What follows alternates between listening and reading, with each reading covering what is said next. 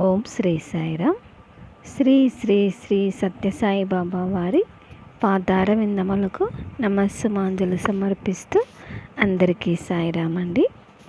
Professor Anil Kumar గారు రచించిన జ్ఞాపకాల పందిరి పుస్తక పఠనం తర్వాయి భాగం. పెద్ద ఆడిటోరియంలో కిక్కిరిసిన జనం, అన్ని ప్రక్కల స్క్రీన్లు, వేదికపై జరిగే కార్యక్రమాలు ఆ స్క్రీన్లపై చిత్రీకరింపబడతాయి. లండన్ మహానగరంలో మన సంస్థల వారు ఏర్పాటు చేసిన సమావేశం అది. ముందుగా సుప్రసిద్ధ నాటక రచయిత విలియం షేక్స్పియర్ జన్మస్థలం స్ట్రాట్ఫర్డ్ అపాన్ ఏవన్కి వెళ్ళాను. ఆయన చదువుకుంటూ వ్రాసుకుంటూ కాలక్షేపం చేసిన గది టేబుల్ కుర్చీలతో సహా చక్కగా అమర్చారు. అలాగే ఆయన పడక గది, డైనింగ్ రూము వాడిన పాదరక్షలు, వస్త్రాలతో సహా సందర్శకులు తిలకించటానికి వీలుగా ఉంచారు. నలుమూలల నుంచి జనము తండోపతండాలుగా వస్తుంటారు. ఈ ప్రకారం సంకల్పిస్తే మన దేశంలో కూడా ఎన్నైనా చేయవచ్చు. మన స్వామి ఉపయోగించిన వస్తువులను అందంగా అమర్చి భక్తుల సందర్శనార్థం ఏర్పాటు చేస్తే ఎంతో బాగుంటుంది. స్వామిని ప్రత్యక్షంగా వీక్షిస్తున్నట్లు తీర్చిదిద్దవచ్చు. ప్రస్తుతం టెక్నాలజీ అంతగా వృద్ధి చెందింది. మన ప్రార్థనలను స్వామి తప్పకుండా నెరవేరుస్తారు. స్ట్రాట్ఫర్డ్ అపాన్ ఏవన్ నుంచి లండన్ మహానగరంలోని సువిశాల సభా మండపము బ్రెంటన్ హాలుకు చేరుకున్నాను. దారిలో డాక్టర్ దీప గారు అడిగారు, మేధావులు, భక్తులు అధిక సంఖ్యలో హాజరయ్యే లండన్ సమావేశంలో మీరు ప్రసంగించబోతున్నారు కదా, ఏ అంశంపై ఉపన్యసిస్తారు? ఏమని చెప్పను? ఏమీ అనుకోలేదు. స్వామి ఏది చెప్పిస్తే ఆ క్షణంలో అది చెప్తాను అన్నాను. ఆమె నిర్ఘాంతపోయింది. కానీ ఇది సత్యం. మనంతట మనం ఎంతో ప్రయాసపడి కింద మీద పడి తయారైనా చెప్పించాల్సింది స్వామే కదా, కనుక స్వామికే వదిలేస్తే బాగుంటుందనిపించింది. ఇక ఆశ్చర్యమేముంది? అందరికీ నచ్చేలా మెచ్చేలా కొనసాగింది నాటి ప్రసంగం. మరోసారి లండన్ వెళ్ళినప్పుడు బహిరంగ ప్రదేశంలో వేలాది మంది చేరి సర్వమత ప్రార్థనలు జరిపి శ్రీ సత్యసాయి సంగీత రసమాధురిని సమర్పించిన ఘట్టము ఆ ప్రాంతవాసులకు చిరస్మరణీయం. ఇంగ్లాండులో బ్రిస్టల్ నగరం చూడాలనిపించింది. మాది 3 తరాల నుంచి బ్రహ్మ సమాజ కుటుంబం. దాని వ్యవస్థాపకులు రాజా రామ్మోహన్ రాయ్. వారు బ్రిస్టల్లో మరణించారని, వారి సమాధి అక్కడుందని తెలిసి నేను వెళ్ళాను. బాబావారి సర్వమత సమైక్యత భావం, దృక్పథం నన్ను ఆనాటి నుంచే ఆకట్టుకుంది. సర్వధర్మ సమన్వయం బ్రహ్మ సమాజ సిద్ధాంతం. సర్వధర్మ ప్రియులు సాయి దేవుడు. నిరాకార నిర్గుణ సనాతన నికేతన నిత్య సత్య బ్రహ్మను ఉపాసించేది, మానసికారాధనను సూచించేది బ్రహ్మ సమాజం. అయితే సాకారంలోని నిరాకార తత్వమును ప్రబోధించి సగుణంలోని నిర్గుణ గుణార్థాన్ని వివరించి రెండింటినీ సమన్వయపరిచే బాబావారి దివ్య జ్ఞాన ప్రబోధ వర్తమాన సమాజానికి ఎంతైనా అవసరం. పండిత పామరులను ఏకకాలంలో సంభ్రమాచర్య ఆనందాలతో ఓలలాడిస్తుంది బాబావారి దివ్య ప్రసంగం. నేటి యువతరానికి ఈ యుగ వినూత్న పోకడలను తెలియచేయటం మన కర్తవ్యం, ధర్మం. బ్రిస్టల్ మహానగరంలో 4 రోడ్ల కూడలిలో సువిశాల ప్రదేశంలో అన్ని ప్రక్కల నుండి కానవచ్చేలా సుందర ఉద్యానవనం మధ్యలో 6 అడుగుల రాతిపీఠంపై 10 అడుగుల రాజా రామ్మోహన్ రాయ్ విగ్రహాన్ని ప్రతిష్ఠించారు. చూసి పులకించిపోయాను. మా పెద్దల్ని, బ్రహ్మ సమాజ వ్యాప్తికి జీవితాన్ని దారపోసిన మాతాపితులైన శ్రీ పాలపర్తి నరసింహం గారిని ఒక్కసారి తలుచుకున్నాను. రాజా రామ్మోహన్ రాయ్ సమాధిని చూశాను. ప్రపంచ ప్రఖ్యాతిగాంచిన ఎందరివో అక్కడ ఉన్నవి. ఆ సుందర ఉద్యానవనం, పరిశుభ్ర ప్రశాంత వాతావరణం పర్యాటకులను ఆకర్షిస్తున్నాయి. మొదట్లోనే చాలా ఎత్తుగా రాజా రామ్మోహన్ రాయ్ సమాధి నిర్మితమైంది. సర్వమత సమైక్యతకు, శ్రీ జనాభ్యుదయానికి, సంఘ సంస్కరణకు అవిరల కృషి చేసిన మహనీయుడు అని క్రింద శిలాఫలంపై వ్రాయబడి ఉంది.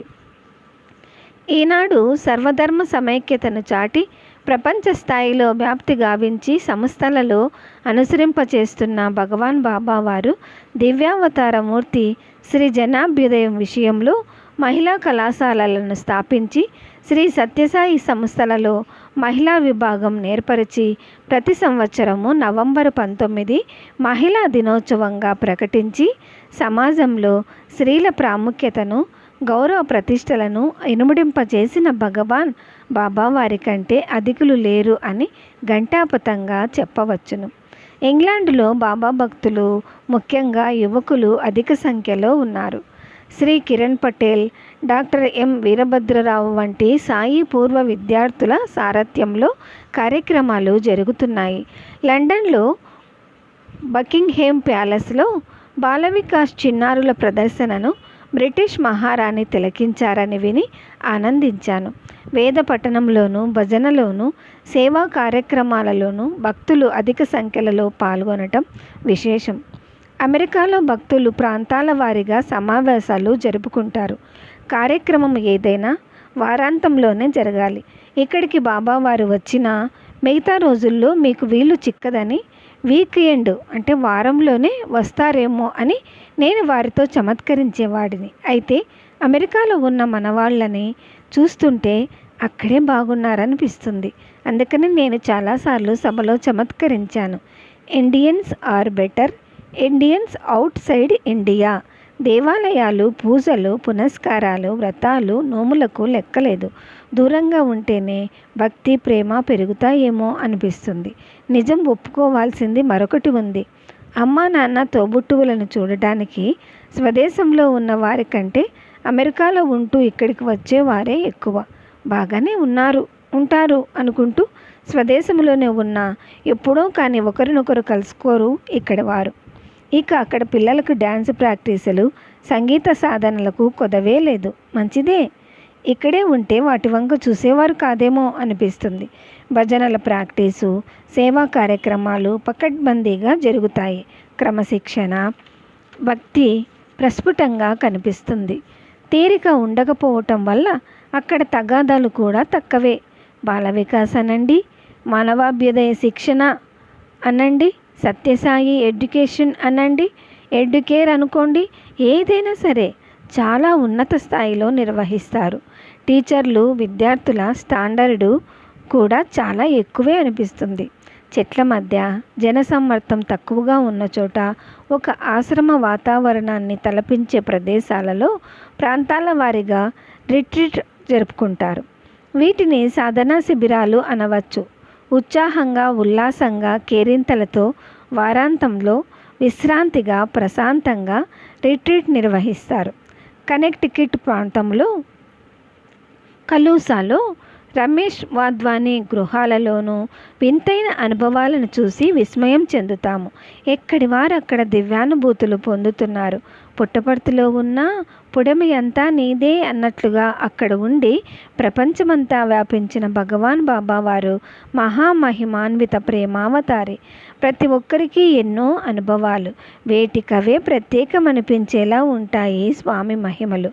ఎక్కడెక్కడ ఎవరెవరిని రక్షించారో, కటాక్షించారో, సమస్యలు పరిష్కరించారో కథలుగా చెప్పుకుంటారు. సూర్యభగవానుడు అంతరిక్షంలో ఉండి భూమండలానికంతా వెలుగును ప్రసాదించినట్లు బాబావారు ప్రశాంతి నిలయంలో కొలువుండి ప్రపంచ పరివ్యాప్తంగా లీలా విభూతులను అందిస్తున్నారు. Texas, Arizona, Atlanta, Washington, New Jersey, Indiana, Wisconsin, Georgia, Florida, North Carolina, California, Missouri ఇలా ఎన్నెన్నో ప్రాంతాలలో సభలలో పాల్గొని వారి నుండి ఎంతో నేర్చుకున్నాను. ఇంకా తెల్లవారలేదు, చిరుచలిగానే ఉన్నది. మనకు చీకటిగా ఉంది, అదేమి విడ్డూరమో కానీ తెల్లవారుజామున 3:30 నుంచి ఊడుపులు, చీపుళ్ళు, చప్పుళ్ళు వినబడుతూనే ఉన్నాయి. వెంటనే లేచి పరుగున కాలకృత్యాలు తీర్చుకొని మందిరానికి వచ్చేసరికి వెలుపల ఇటుకలు, చేతి రుమాళ్ళు, పుస్తకాలు వరుస క్రమంలో దర్శనమిచ్చాయి. నగర సంకీర్తన క్యూలో నిలబడటానికి భక్తులు చేసుకున్న రిజర్వేషన్ అన్నమాట. మందిరం హాలు నిండింది. బయట ఇసుకపై భక్తులు బారులు తీరి కూర్చున్నారు. లోపల నుండి శ్రావ్యంగా మహిళలు గానం చేస్తున్న సుప్రభాతం వినబడుతున్నది. భక్తులందరూ నిశ్శబ్దంగా అపార భక్తి పారవస్యంతో కళ్ళు మూసుకొని పద్మాసనంలో కూర్చొని ధ్యానంలో ఓలలాడుతున్నారు. ఈలోగా అప్పుడే గణేష్ గేట్ దగ్గర సందడి. నగర సంకీర్తన వరుసలు రెడీ అవుతున్నాయి. లీడర్లు వీరిని క్రమంలో నిలుపుతున్నారు. సుప్రభాతం పూర్తయింది. వేదపారాయణం వారు ముందు నుంచున్నారు. భజనలు పాడేవారు, వాయిద్యాల వారు ఉన్నారు. ముందు మహిళలు, ఆ తర్వాత పురుషులు నగర సంకీర్తనలో పాల్గొన్న తదుపరి దర్శన సంభ్రమం ఆరంభం. మనసుకు ఎంతో ప్రశాంతంగా ఆహ్లాదంగా ఉంది. వేరే మాట మంతి వినబడడం లేదు ఎక్కడ. భక్తులు 1000 కళ్ళతో ఎదురు చూస్తుండగా, వేణుగానం వినపడుతుండగా భగవాన్ బాబావారు దర్శనమివ్వడం జరిగింది. అంగీని ఒక చేత్తో ఒద్దికగా పట్టుకొని వేరొక చేతి వ్రేళ్లను శూన్యంలోకి చూపిస్తూ కాషాయంబరధారి బాబా ముగ్ధ మోహనాకృతిని కళ్ళని మరల్చనివ్వడం లేదు. కొందరిని ఎంపిక చేసి ఇంటర్వ్యూలను అనుగ్రహిస్తున్నారు. మరికొందరి నుండి ఉత్తరాలు తీసుకుంటున్నారు. పిల్లలకు అక్షరాభ్యాసం, భక్తులకు పాద నమస్కారం అనుగ్రహిస్తున్నారు. ఎవరిని పలకరించినా వారిలో ఆ పులకరింపు చూడవలసిందే కానీ చెప్పేది కాదు. ప్రక్కవారితో సంభాషిస్తుంటే నా ప్రశ్నలకు సమాధానం దొరుకుతున్నది. ఒక వ్యక్తికి నా వంకే చూస్తున్నారు, నన్నే పలకరిస్తున్నారు అనిపిస్తుంది. ఎంత భాగ్యవంతులమో ధన్యులమో కదా అని అనిపిస్తుంది. ఏ ఒక్కరిని చూసినా నన్నే పలకరిస్తున్నారు అన్నట్లు అనిపించడం ఎంత అదృష్టమోనని అనిపిస్తుంది. నా సంకల్పం లేనిదే ఇక్కడికి ఎవ్వరు రాలేరు అన్న బాబా మాట అక్షర సత్యం. అనుకోకుండానో ఒకప్పుడు రావద్దనుకున్నా ఆకస్మికంగా స్వామి సన్నిధికి చేరుకున్నవారు ఎందరో, వెళ్ళాలి అనుకున్న వారెందరో ఆగిపోవడం మనం ఎరుగుదుము కదా. స్వామి సంకల్పం కదా. రోజులు క్షణాల్లా దొర్లిపోతుంటాయి. వారి సన్నిధిలో రమ్మని ఎవరినీ పిలవలేదు. ఆహ్వాన పత్రికలు లేవు. ఎక్కడి నుంచి పిలుపు వచ్చింది? ఆ ప్రేరణ ఎవరిది? మనలోనే ఉండి ప్రేరణ సంధిస్తారు అంతరంగ సాయి. ఇంటర్వ్యూలు ఇస్తే సమాధానపరిచే తీరు వేరు. భక్తి ఉప్పొంగి సాధనకు ఉపక్రమింపచేస్తుంది. ఇంట్లో ఏమి జరిగినా వారి ప్రమేయం అనుగ్రహం ఉండనే ఉంటుంది. ప్రచార ఆర్భాటాలు లేవు. మధ్యవర్తులు ఉండరు. ఎప్పుడూ ఇచ్చే చేయే కానీ పుచ్చుకునేది కాదు. ఆశ్రమంలో ఎవరి పనులు వారు చేసుకుంటూ పోతారు కానీ ఆకర్షించటానికి ప్రత్యేక గౌరవాధరణలు ఉండవు. అందరితో పాటు మనం కానీ ఏ ప్రత్యేక మర్యాదలు ఉండవు. స్వామి మాటలు సహజంగా, సరళంగా, మధురంగా, ఆత్మీయంగా ఉంటాయి. నీవు నేను ఒక్కటైనప్పుడు ఎవరు ఎవరిని ఆకర్షించాలి అంటారు స్వామి. నీ తల్లిదండ్రుల కన్నా సన్నిహితుడను. వారినైనా నీవు ఎడబాసి ఉండగలవేమో కానీ నా నుంచి దూరం కాలేవు. నీలోనే నేనున్నాను అంటాడు. ఈ మాటలు దశాబ్దాల పాటు విన్నాము, అనుభవించాము, చాటి అందరికీ చెప్పాము. బాబా మన కుటుంబాలను ఎలా చక్కదిద్దారో, సంస్థలను ఎలా నడిపించారో లెక్కలేనన్ని దృష్టాంతాలున్నాయి.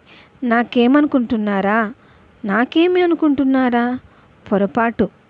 కోట్లాది మందికి ప్రపంచమంతటా వారందించినది నిరంతర దివ్యానుభవ మహాప్రవాహం. కలి ప్రభావమేమో కానీ స్థిరత్వం తగ్గుతున్నది. మనస్సు బలహీనపడుతున్నది.